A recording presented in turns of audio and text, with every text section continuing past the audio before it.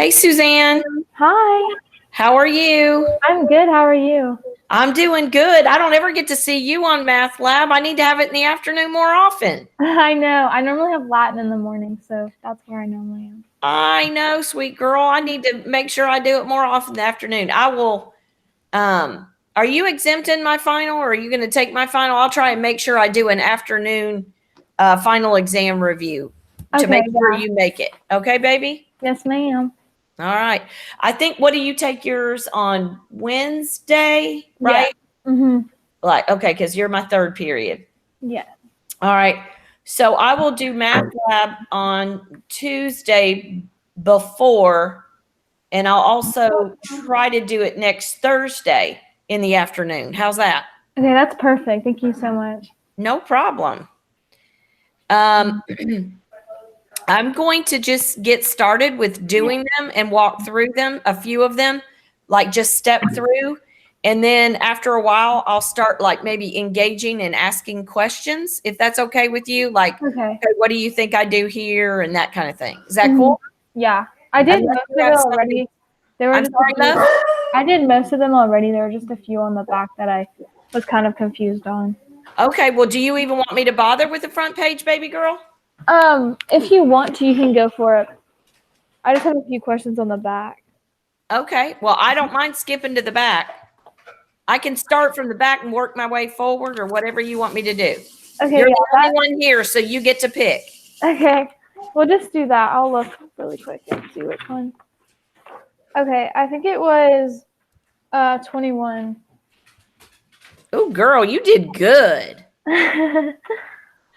All right. Okay. So, remember, when working any algebra problem, you're always working PEMDAS in reverse. So you want to look and see if there's any addition or subtraction first. And in this case, there is. You're adding 12, it's subtracting 12. So you would do the inverse of the operation, which would be to add 12 to both sides. Okay. So then you would have 1/2 x squared equals 30. And then to undo or clear a fraction, you multiply by its inverse, which in this case, the inverse of 1/2 is 2. And so you would do that to both sides of the equation. It clears the fraction on this side and gives us a 60 on this side. So now what I need to do is factor that 60. Do you prefer birthday cake or factor tree? I think a factor tree is better. Okay. 30 and 2, 15 and 2, 5 and 3. So what squares are pairs is the best way to remember it. So when you're taking the square root, and I've factored this, I'm looking for pairs because squares are pairs. So there's one pair of 2's. So that means I can pull a 2 out underneath the radical, and the only things that are left are a 5 and a 3. I multiply those together and keep them inside the radical.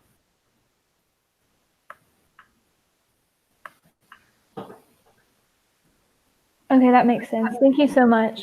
No problem. You want me to do 22 since it's even an uglier fraction? Yes, please. Okay. All right. So once again, inverse operation. We're adding 11, so you'll subtract 11 from both sides. And that leaves us 3/2 x squared. And once again, to clear that fraction, I'm going to multiply by the reciprocal. And the reciprocal of 3/2 is 2/3. So this cancels or clears on this side, leaving x squared all by itself. And then on this side, basically what we have is 60 over 1, but we're going to simplify before we multiply. And 3 goes into itself one time. 3 goes into 60 20 times, and 20 times 2 is 40. So, and then after that, we have to, once again, factor that to get that quadratic in its simplest terms. So I'm going to factor that 40.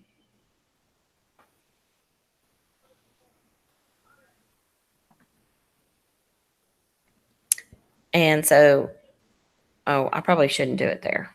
I'll do it up above in the other square. 20 and 2, 4 and 5, 2 and 2. So once again, squares are pairs. So I'm looking for wherever there are pairs, and there's a pair of 2s, and then I have a 5 left and a 2 left. So they're not in pairs, so they'll stay in the radical, but this will come out. So this is going to be 2 times root 10. And it's plus or minus on both of these, baby girl. I forgot to add that. Okay, so you basically just multiply the two other squares above the pair? Yeah, like whatever, yes. Whatever is left, like pairs get pulled out like that. Like over here on 60, the pair got pulled out. That pair of 2s got pulled out. If you can pull out a pair, it goes on the outside. It's kind of like, you know, if it's a perfect square, it served its time under the radical, so it comes out. And then whatever's left, it's not a perfect square. It stays in the jail of the radical. Okay. So you're looking for pairs. Okay. Does that make sense? Yes, ma'am. That helps a lot. Okay. All right. I think I'm You good did with the good. You made it all the way to 22? Yes, ma'am. You rock, girl. Thank you. No problem. No, any other questions, sweet girl? I think that's all. Okay. Do you want me to tell you the answers of the other ones if you want to check them? Or okay, no. You Sure. have We can do that. I'm sorry? We can go ahead and do that. Okay. Let me get to the answer key.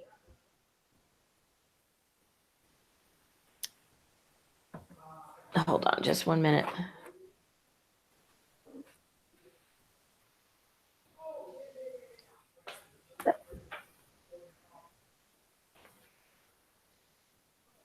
All right. Number 1 is -8 and 8, or plus or minus 8. I don't know how you write your answer, sweet girl. So, Okay, I got that wrong. okay. So that would be x squared. I'm going to add 64 to both sides.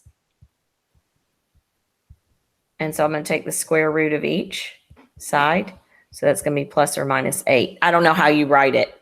Oh. So if you wrote it like that, or if you wrote it like this, either way is right. I just didn't know how you wrote it. Okay. For some reason, I got 32.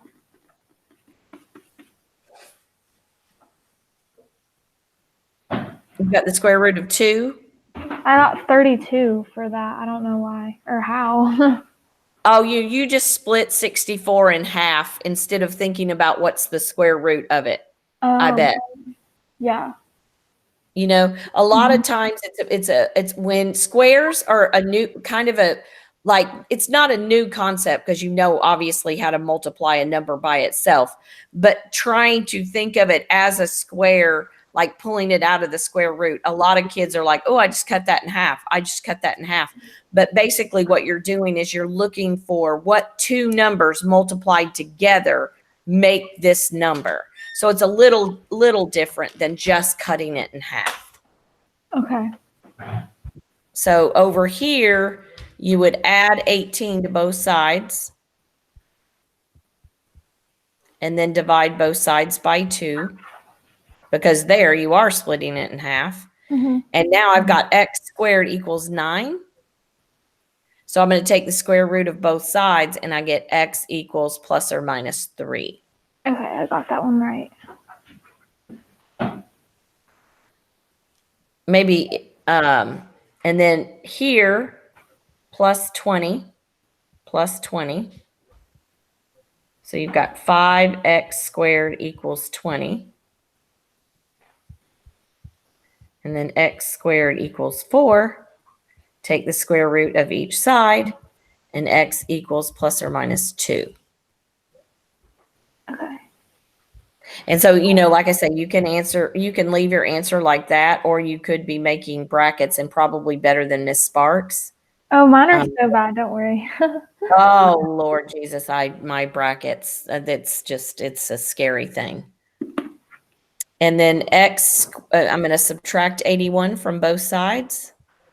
And I would get x squared equals negative 81. And in Algebra 1, there are no negative square roots. So this is no solution. Okay. It's no real solution is probably the better way to put it, because this is an imaginary number. No real solution. Or how are you doing so far? I'm doing pretty good. I think I'm like seeing my mistakes and fixing it. So this is helping me understand it a lot better. Oh, well, good. That's awesome. Love to hear that. So x squared equals 81. And then I'm going to take the square root of both sides. And that's x equals plus or minus 9.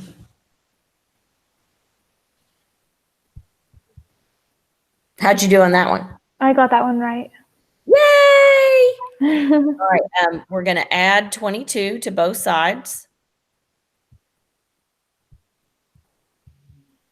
So that's going to give me 50.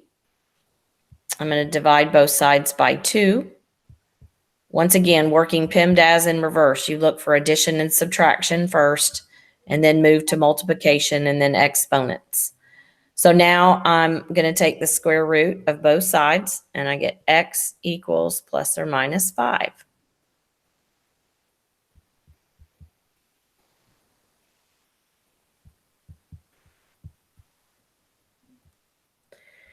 On number 7, to clear a fraction, you multiply by its inverse. I'm going to rewrite the problem because I don't quite have room to squeeze my 3 halves next to that.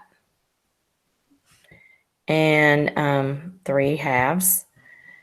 And it clears it on this side. Multiplying by its reciprocal clears it. So then this is really like 24 over 1. So we'll simplify before we multiply. 2 goes into itself 1 time. 2 goes into 24 12 times. And 12 times 3 is 36. And now we'll take the square root of both sides. And x equals plus or minus 6. Ooh, I actually got that. Yes, you go, Suzanne. That's exciting. I know. You're so smart, sweet girl. So, okay, we're going to add 1 to both sides. You are rocking this. You're doing so good. I think the first one was just kind of a fluke, like a simple math mistake. I do that a lot. Hey, girlfriend, I am with you. It happens to me too. So once again, to clear a fraction, you multiply by its reciprocal, and you have to do that to both sides. Stop. I'm sorry, my sister is stealing something from me. Oh. Give it back. No, Mom said I could use that. You're mean. Yeah, don't fight while I'm on the phone. There you go. Okay, sorry. Go ahead. You're fine. So, okay, so 16 times 4 is 64. You take the square root of both sides, and you have x equals plus or minus 8. How'd you do on that one? Oh, I got it right. You go, girl. Yay. I know. You're doing so good. So, we're going to add 25 to both sides, trying to isolate that variable on one side and getting a number by itself on the right. Then we're going to divide both sides by 4, and x squared equals 25 over 4. When it doesn't go in evenly, the next thing that you want to check for is to figure out if the numerator and the denominator are both perfect squares. And in this particular case, that is what happened. So when you have the square root of a fraction, you can also take the square root of the numerator and the square root of the denominator in order to reduce that. So that would give us plus or minus 5/2 as the end result. Oh, I got it right. Oh, you are doing so exciting. good. That's awesome. Way to go. So on this one, we're going to divide both sides by 9. We have a very similar situation in 10 that we had with number 9. We're going to take the square root of both sides. We're going to double check the numerator and denominator. Both are perfect squares. So we get plus or minus the square root of the 49 over the square root of 9. And so that turns out to be at plus or minus 7/3. Hi, Miss Fox. Hey, So- Grayson, how are you? Good. I already did my worksheet, so I'm not going to stay on Math Lab. Is that okay? Oh, yeah, that's fine. Suzanne's already done hers too. We're just running through and checking them. Okay, thank you. You're welcome. Have a blessed day. Okay, you too. So on this one, we're going to divide both by 81, isolating our variable on one side. And then we have 4/81. Want to double check and make sure the numerator and the denominator are perfect squares. And they are. So we have the square, ugly square root there, Miss Sparks. The square root of 4 over the square root of 81. So x equals plus or minus 2/9.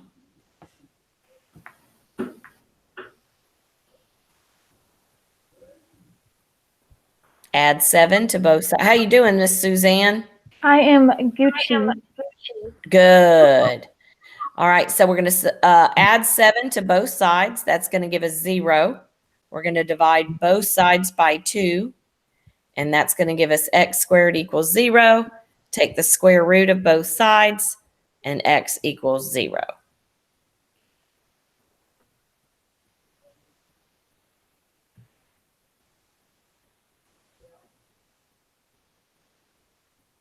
All right, we're going to subtract 11 from both sides.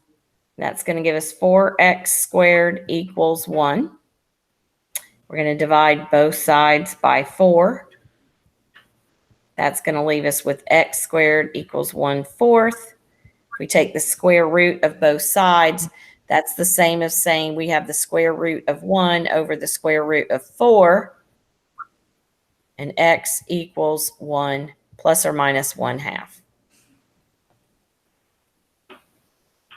Add 3 to both sides. That gives us 49x squared equals 16. Divide both sides by 49. X squared equals 16/49. Take the square root of both sides, and that gives us x equals plus or minus square root of 16 over square root of 49. So that gives us plus or minus 4/7.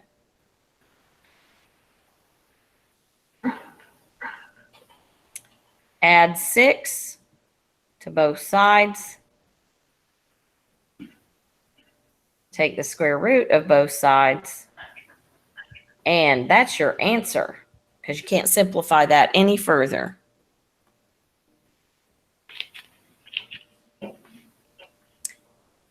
Divide both sides by 3. Stop me anytime you have a question, okay? Yes, ma'am. I will. All right. And that gives us x squared equals 50. Take the square root of both sides, and that will give us 5 times the square root of 2 once you factor 50. Okay. How'd you do there? I actually got that right. Yay. Yay. All right. I'm not gonna show the actual factoring then, because I was gonna tell you another trick. If you know some of your squares, you can actually, like, I know 50 is 25 times 2, and I do know that 25 is a perfect square. So sometimes I kind of go based on that. Does that make sense? Yes, ma'am. So x squared equals 45. And kind of the same premise on here. I know that 9 times 5 is 45. And I know that 9 is a perfect square. So a lot of times I just factor it within the radical itself. And so I show it like that. How'd you do on that one? I actually got that right. This is really surprising because I did not think I did well. Oh, you're doing great. I'm so proud of you. Thank you. You are rocking this one. And this sometimes can be, a little trickier. I get it.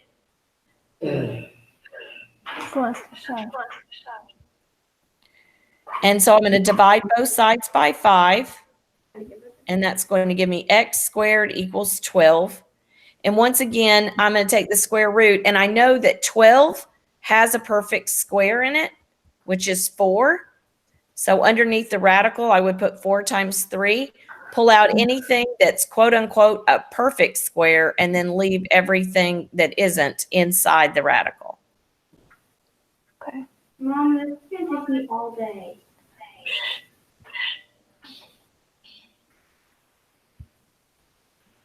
Stop being mean.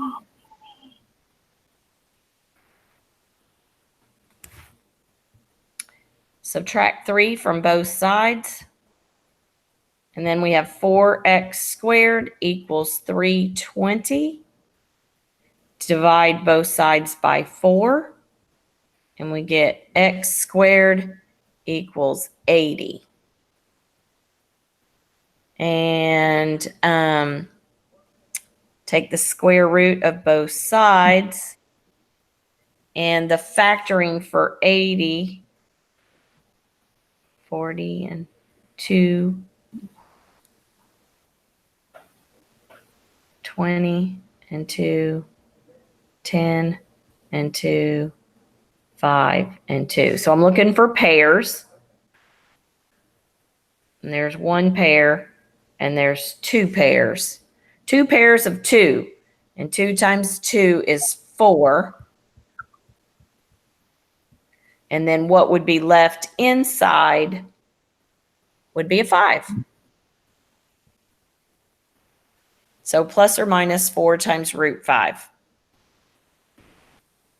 How'd you do there? That was a trickier one. Yeah, I got like -2 outside of 2. Okay. On that one, when you factor the whole thing out, just remembering that there's look like when you make your little factor tree, look for things that have pairs. And sometimes it's better sometimes to cancel them out. You know what I mean? And like, oh, okay, there's 1, 2, and then I'm going to cancel this set of 2 out. And you have to multiply each set of 2s. Like I have 1 set of 2, so I'm going to multiply. I'm going to put a 2 down. And then when I pull out another pair, I have to multiply it by my other pair. And so this is going to be outside your radical. And then whatever number is left all by itself in the factor tree, if there's 1 or 2 or whatever, they have to get multiplied by each other. In this case, it's only 1. So it goes inside the radical. Does that make sense? Yes, ma'am. Yeah. Okay. All right. So we're going to subtract 50. Probably something maybe we need to work on a little bit in class too. Because I feel like that's probably the most confusing part, of this section. So then we have 2 minus 50, which is going to be negative 48. Divide both sides by -2. And we get x squared equals a positive 24. And then we take the square root of both sides. And I know that there is a perfect square within 24. And that is 4 times 6. So this is going to be plus or minus 2 times root 6. Oh, I got 2 and 3.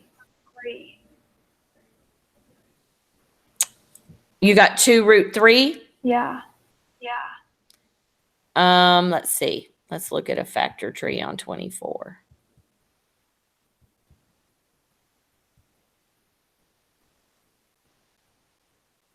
Oh, wait, never mind. You I got- see what you did.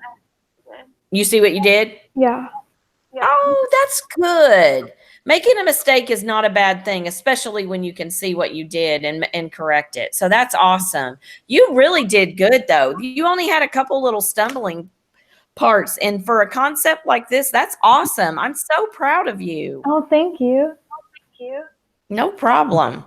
Do you have any other questions? You got that whole worksheet checked and you rocked it. I think I'm good for now. I just had those few questions at the beginning, and then you clarified pretty much everything else. Okay. Yeah. Let me know. Email me if you have any other questions. I didn't see how many people joined. I probably went real. I don't know if anybody else has any other questions or not. But thank you for joining, Suzanne, and Yes, talking thank to you so much for taking the time. No problem. It helped a lot. Anybody else have any other questions or need me to redo anything?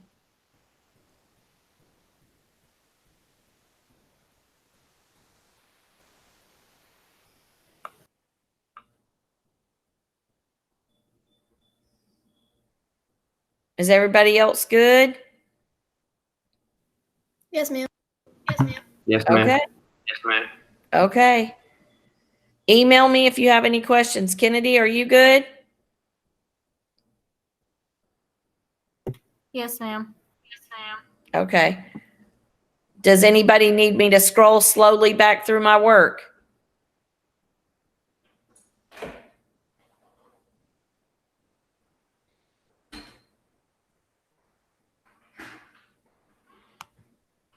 We good?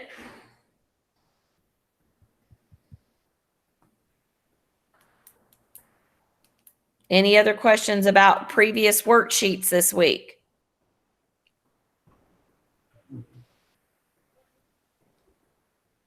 Y'all are so quiet. Good thing Suzanne talked to me at first. No, ma'am. Thank you. Okay. All right. Well, y'all have a blessed afternoon. Email me if you need me. Bye-bye.